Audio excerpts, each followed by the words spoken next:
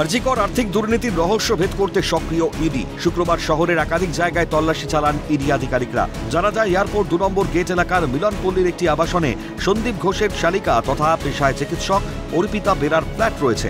শুক্রবার সেখানেই সন্দীপ ঘোষের শালিকা ও তার পরিবারের সদস্যদের ম্যারাথন জিজ্ঞাসাবাদ করেন ইডি আধিকারিকরা বলে সূত্রের খবর। সেখানে প্রায় 10 ঘন্টা জিজ্ঞাসাবাদ ও তল্লাশির পর একটি কালো ট্রলি ব্যাগ ও বিপুল নথি নিয়ে বেরিয়ে যান তদন্তকারীরা। সূত্রের খবর, ওই ট্রলি ব্যাগে রয়েছে ব্যাংকের লেনদেন সংক্রান্ত একাধিক তথ্য। পাশাপাশি সন্দীপ ঘোষের আয় ব্যয়ের হিসেবও তাতে রয়েছে বলেই ইডি সূত্রে খবর। ইডি গতকাল একটি কালো ট্রলি ব্যাগ নিয়ে বেরিয়েছে, যেখানে রয়েছে সন্দীপ ঘোষের আয় ব্যয়ের হিসেব এবং একাধিক তথ্য।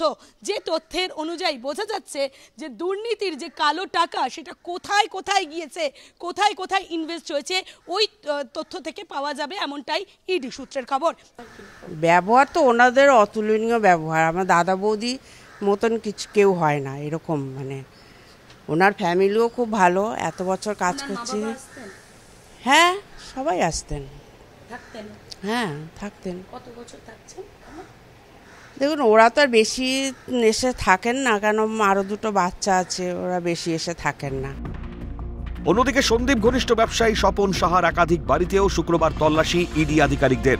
এই অভিযানে বিপুল পরিমাণ সোনার গয়না, নগদ অর্থ ও প্রচুর নথি উদ্ধার করেন তদন্তকারীরা। পাশাপাশি এই অভিযানে লাল রঙের একটি সুটকেসও বাজেয়াপ্ত করা হয় বলে সূত্রের খবর। এর আগে সিবিআই এর তরফে আদালতে দাবি করা হয়েছিল, শুধুমাত্র সন্দীপ ঘোষ নয়, এই দুর্নীতির সঙ্গে জড়িয়ে রয়েছেন একাধিক ব্যক্তি। ইডি আধিকারিকরা মনে করছেন, দুর্নীতির বিপুল পরিমাণ কালো টাকা বিনিয়োগ করা হয়েছে বিভিন্ন ব্যবসায়। সেই কালো টাকা এখন কোথায় রয়েছে তারই তথ্য তালাশ করছেন তদন্তকারীরা।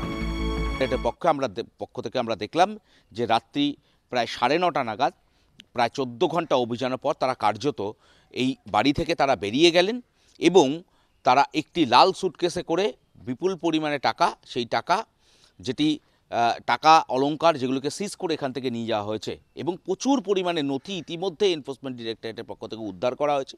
তারা মনে করছেন যে এই স্বপন সাহা বিভিন্ন ব্যবসায় এই কালো টাকা বিনিয়োগ করেছিলেন এবং সে সমস্ত নথি আগামী দিনে এই গোটা তদন্তকে এগিয়ে নিয়ে যেতে সাহায্য করবে। ইডির এই তল্লাশি অভিযানে আরজিকর আর্থিক দুর্নীতি তদন্তে আরও গতি আসবে, এমনটাই মত ওয়াকিবহাল মহলের। ক্যামেরায় সঞ্জীব চক্রবর্তী ও শুভময় দাসের সঙ্গে অবিরূপা হাজরা ও শুভজিৎ দেব রিপোর্ট, ক্যালকাটা নিউজ।